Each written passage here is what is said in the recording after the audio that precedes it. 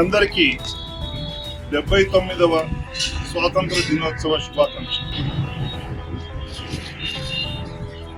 15 August అనగా ఎల్లుండి స్వాతంత్ర దినోత్సవం.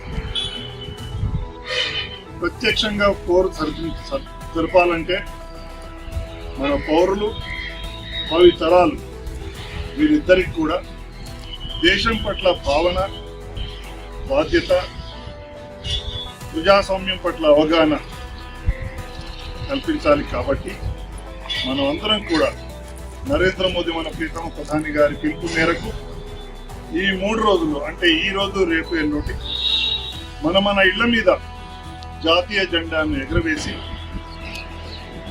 స్వాతంత్రం మరియు ప్రజాస్వామ్యం యొక్క స్ఫూర్తిని, వాటిని అనుభూతిని కలిగించడానికి భావితరాల కొరకు చిన్న పిల్లలతో జాతీయ జెండాను ఎగురవేసి జరుపుకోవాలని మీకందరికి కూడా మనవి చేస్తున్నాను.